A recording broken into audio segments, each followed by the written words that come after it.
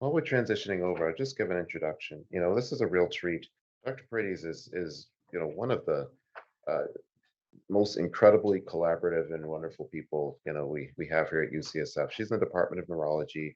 Her lab studies cortical development to understand the molecular and cellular basis of a number of neuropsychiatric conditions, including epilepsy. And she's always been, again, as when I called her, I said she's always been tumor adjacent, not too far away from brain tumor, brain cancer mechanisms. So I'm really thrilled that you spent some time to come chat with us today. And take it away. Great. Can everyone hear me okay? Thank you so much, Sean, for this invitation and for all of the families and sponsors for putting what a great, it's already a fascinating session. In the few minutes that I have, I want to turn back a little bit into what our first speaker touched on, the role of understanding normal development. And I want to bring our focus on to a cell type that I think has been adjacent, as Sean has highlighted, to this field of tumor genesis, the inhibitory neuron, and kind of bring up some quick ideas about how they might be playing a role, maybe even a driving role in some tumor formation. So just quickly to give context and a little bit of background, what are these inhibitory neurons in the cortex or brain?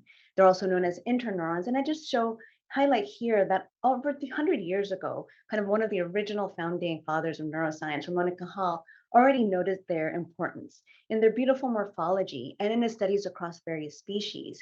He already saw that not just the kind of the organization and connectivity was important of these cells, but how across species, they really seem to be associated in areas of higher functioning. And he concluded that the functional superiority of the human brain was intimately bound up to the abundance and organization of these cells. So that's kind of from my own perspective, really wanted to understand the origins of these populations. And now fast forward to today, we really are seeing how important these cortical interneurons are as master coordinators for brain activity. Their normal functions range from modulating normal cortical activity within a context dependent manner, how we behave, how we do. They generate and synchronize the cortical rhythms that we have, things that whether it's sleep or an awake behavior that really are fundamental to who we are. And they modulate neuronal plasticity, our ability to learn, take in information, and adjust the circuitry to take in that information. So important is that role is that when it's disrupted, either in adult stages or in development, there's significant consequences, either the hyperexcitability that we've seen in our patients that manifests as seizures, the loss of cortical rhythms that we often observe as cognitive dysfunction. And lastly, this relationship, and particularly recently, highlighting the changes that can happen in their development have increasingly been associated through genetic studies with neuropsychiatric conditions such as autism spectrum disorder and other neurodevelopmental conditions such as epilepsy. And today, I want to raise this question of, are there other pathogenic roles that interneurons in their abnormal development could be contributing to? Now, a lot of the origins and the functions of understanding interneurons comes from understanding their origins. And here I'll highlight some work that shows that these special cells come from a very unique part of the prenatal brain called the ganglionic eminence, or the GE. Here in this high resolution MRI imaging taken at 10 gestational weeks and at 14 gestational weeks, you can even just see them from an anatomical perspective as little bumps in the lower or ventral part of the developing brain. Now, in cases where you can actually study these brains through postmortem analyses, you can see through just a cell staining that these bumps are really a cell dense region. That when you look for expression, for example, of marker Ki67, these areas are filled with abundant dividing cells. Interestingly, these are sections taken from 15 gestational weeks through term or 39 gestational weeks. You can see this abundance is actually quite prominent even throughout the pregnancy.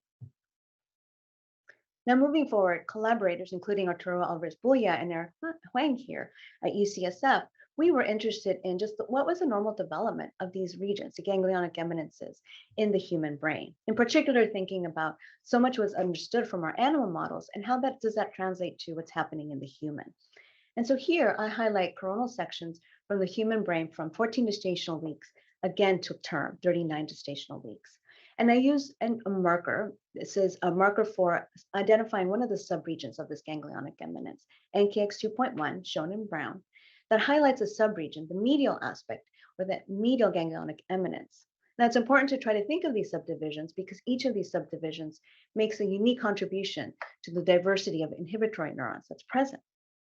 But what we noticed, really, with just doing this first pass, was that this region, the MGE, was actually present throughout the entirety of the pregnancy, even at the end in the third trimester, which was a little bit different what we would have expected from animal models. Looking to what was the cell composition within these regions, and here I show you coronal sections taken at 23 gestational weeks within this MGE region. We see that this area is filled with young migratory neurons, as identified by their expression of double cortin, and progenitor or stem cells, identified by their expression of a filamentous protein called vimentin. What really jumped out to us, though, and hopefully you can see here, is this unique organization relationship between these two subpopulations. Both the aggregates or clusterings, nest aggregation of these double cortin positive young migratory neurons, and their intimate relationship and encasement by the long fibers of these vimentin radioglial cells. Here I show you a reconstruction of this imaging from these confocal images to highlight both kind of this spatial organization and separation. While they're very tightly associated, they really don't seem to inhabit each other's region. Now, I'll just note again that these structures, which we ended up calling dens or double cortin enriched nests, were present throughout until the end of third trimester. Again, highlighting how long and how produrant these structures are. Now, in studies I won't show you today, given the time, I want to mention that the cells within these dens, these double cortin positive young neurons, were actually also proliferative. So not only were these vimentin positive progenitor cells dividing and contributing to the production of daughter cells, but also these double cortin, what we now see them as neuroblasts. So highlighting that not only was this region maintaining neurogenesis and the production of inhibitory neurons for many weeks until third trimester, but also identifying that there was also this progenitor state, the state where neuroblasts themselves could be contributing to the emergence of the increased neuronal population needed. And so this was kind of a concept of enhancing the production of inhibitory neurons, something that probably is needed for larger brains like the humans.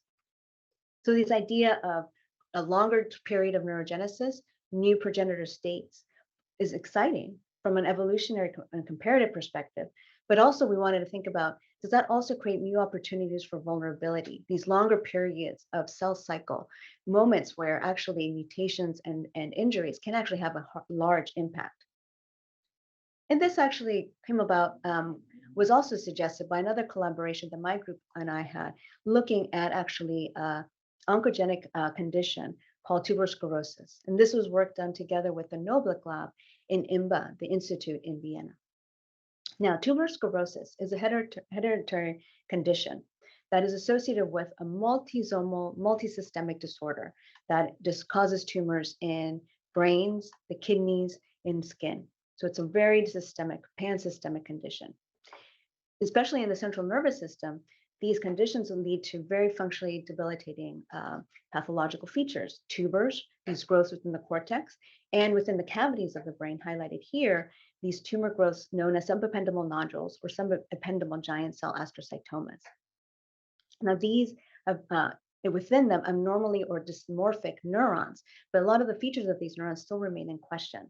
And that part of this is because it's been hard to model tuberous sclerosis in our current animal models. Now, we know if untreated, there can be high risk of mortality and morbidity with this condition. And also, it's associated, even in treatment, with significant cognitive deficits, such as developmental delay and epilepsy. Now, genetic studies have highlighted the importance of signaling pathways and disruption of this with this condition. So this hereditary condition is associated with mutations in tuberous sclerosis 1 and tuberous sclerosis 2 genes. These are parts of the pathway known as mTOR, or mechanism target of rapamycin. Now, this is an important cell signaling pathway seen in all cell types that regulates cell growth, cell survival, proliferation, vascularization. But this is also an important pathway that not only regulates gene transcription and protein synthesis, but is also activated in many tumor types, hence its association with many multisystemic tumors. Now, again, it's been really challenging to understand and really identify the mechanisms in this because it's been so hard to recapitulate this in our animal models. So we were very fortunate to team up with the Noblick Lab in Austria. They are one of the original labs to have looked at and generated this new model system to look at human brain development directly. And this is using the system called the organoid system or 3D cultures, which I'm sure you'll hear about more today. Now, in this system, you can actually take cells from a patient, put them in culture conditions, and with the right growth factors, drive them to develop into neural stem cells and then mature into neurons. Now, what the Noblick team did was to leverage the ability to take these cells from TSC patients to both generate organoids or TSC organoids, and also use a CRISPR gene editing system to take those same cells and correct them. So you would have direct comparisons with control in a genetically similar environment to the TSC mutation environment. And so with that, under the right conditions, they were able to see that these TSC organoids generated both tubers, those abnormal growths seen in the parenchyma, as well as frank tumors or highly proliferative cells that are seen in our patients with the ventricle. We collaborated with them, and this is also in collaboration with Curtis August, pediatric neurosurgeon in our department, who was also working with us to collect our samples from our TSC patients when available. Now here I show you an example at 110 days in vitro of these TSC organoids, where you can see this outpouching that of very highly proliferative cells, as identified by Ki67, in these TSC organoids that weren't present in control organoids. Now, interestingly, and not surprisingly, they also saw high expression of phosphorylated S6. So S6 protein, when phosphorylated, is a classic marker that is used to identify mTOR hyperactivation. And in our patients is also seen diagnostically as evidence of TSC mutation. Now, looking at these organoids, we also saw that the neurons also had abnormal shapes and sizes. Here we use a marker MAP2 to highlight the enlarged cell body or soma size and their unusual morphology, very similar to what we observed when we looked at equivalent cases from our TSC patients and in the cortex, both in the cortex and in those tuber lesions. Now, with this model system that really did seem to recapitulate the neuropathology seen in our patients, the Noblick group took this organoids and performed RNA sequencing, single-cell RNA transcriptomics. And what jumped out was the predominance of this one population of interneuron precursor progenitor cells that really seemed to be present and enriched when the cells formed tubers. Interestingly, these cells were present throughout the whole period, but in the TSC mutant organoids, they were really highlighted and enriched in those outgrowths. Now, because they appeared late in the whole process, they were not seen in the first 100 days in culture. It was really interesting to think of them as a late onset progenitor state.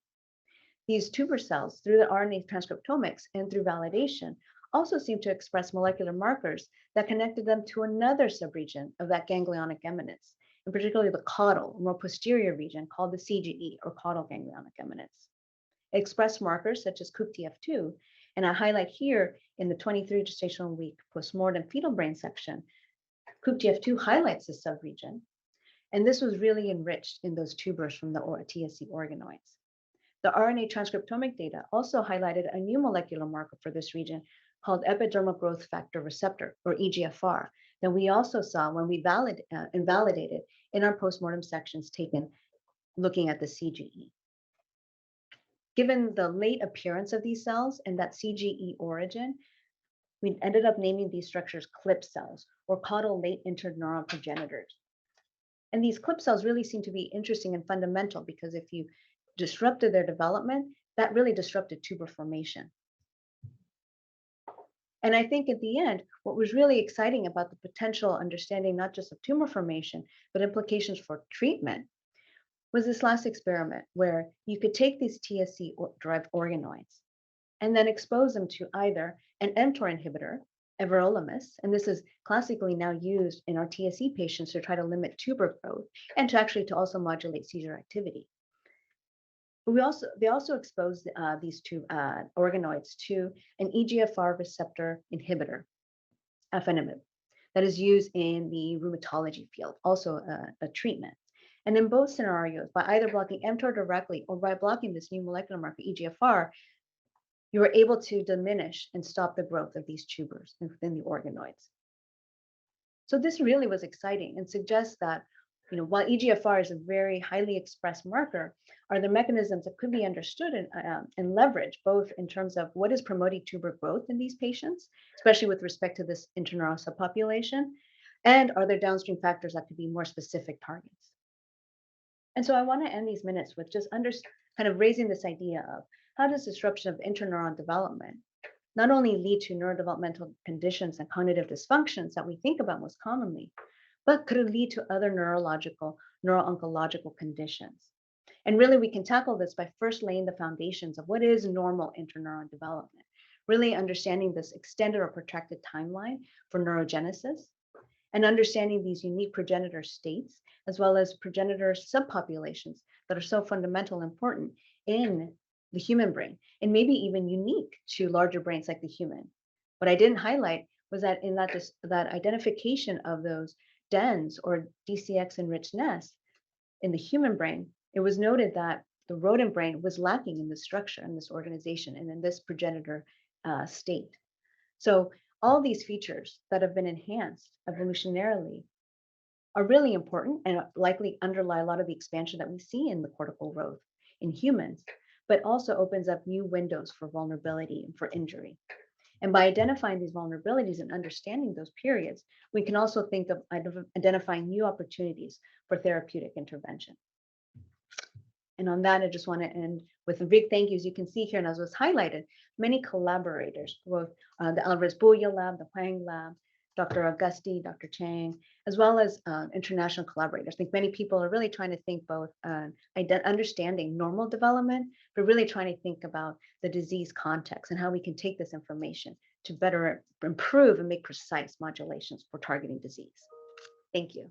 While we're transitioning over, I'll ask one question. Your TSC organoid model is particularly intriguing. Obviously we'll hear more about organoids, but they obviously have their strengths and weaknesses. But TS is a model in which there is not a ton of vascularity. So those like factors that aren't inherent to organoid may not necessarily be as problematic or impactful. Do you see any challenges, or what opportunities or challenges you see with organoids, moving forward in the brain tumor, brain cancer space? I think at least in this scenario, one of the challenging features was the timeline. One, both understanding that, for example, these unique progenitor populations really weren't that prominent until that later stage. So being sure that you're seeing the right time point and what period that is mimicking. We were lucky that I didn't highlight that we were able to access some prenatal tuberous sclerosis samples to also show that this discrepancy in this late presentation matched. But that was a fortunate thing. But thinking about if there are, for example, stem cells that are earlier derived or maybe even later derived than what we're seeing, are we matching the 3D in vitro model to that period? And I think it's also exciting to think about from a circuitry perspective, which I think more and more people are trying to enhance. One thing that is being done now with these organoids is using MEA, so to try to create electrical activity on a holistic level and see how is that influencing, even before the presence of tumors, the formation of normal or abnormal rhythms. Something touching on what our PhD today was speaking about, that there's cognitive circuit related changes also happening concurrently that we have to think about.